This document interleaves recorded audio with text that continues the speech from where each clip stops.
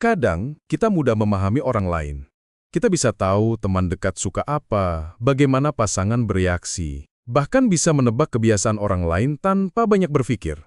Tapi anehnya, terhadap diri sendiri kita sering bingung. Pernah merasa lelah mengejar sesuatu, tapi tidak yakin apakah itu benar-benar keinginan diri sendiri? Atau merasa sering stres tanpa tahu sebab jelasnya? Jika pernah mengalami hal itu, tenang saja, Anda tidak sendirian. Dalam video ini, kita akan membahas cara mengenal diri sendiri lebih dalam. Karena kunci hidup yang lebih jelas, tenang, dan bahagia dimulai dari satu hal, mengenal siapa diri kita sebenarnya. Sadari pikiran dan emosi. Banyak orang bereaksi secara otomatis tanpa sadar. Ada yang langsung marah ketika mendapat kritik, atau merasa iri ketika melihat orang lain sukses.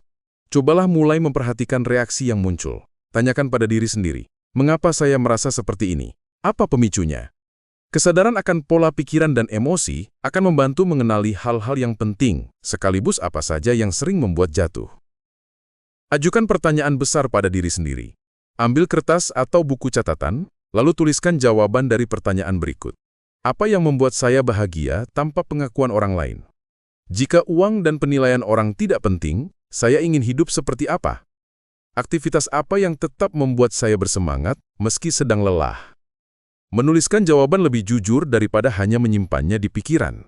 Seringkali seseorang baru menyadari bahwa yang dikejar selama ini bukan keinginannya, melainkan harapan orang lain.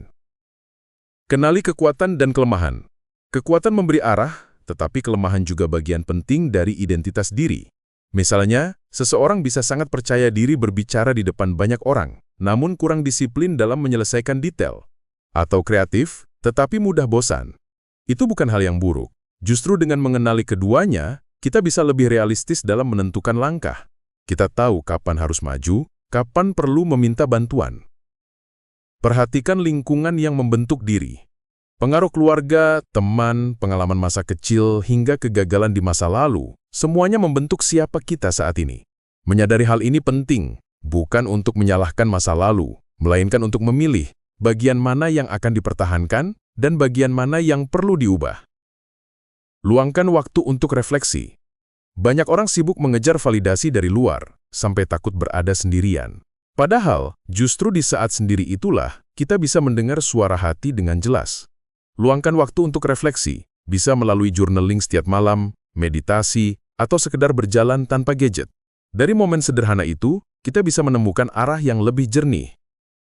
Terima bahwa mengenal diri adalah proses. Mengenal diri bukanlah perjalanan singkat.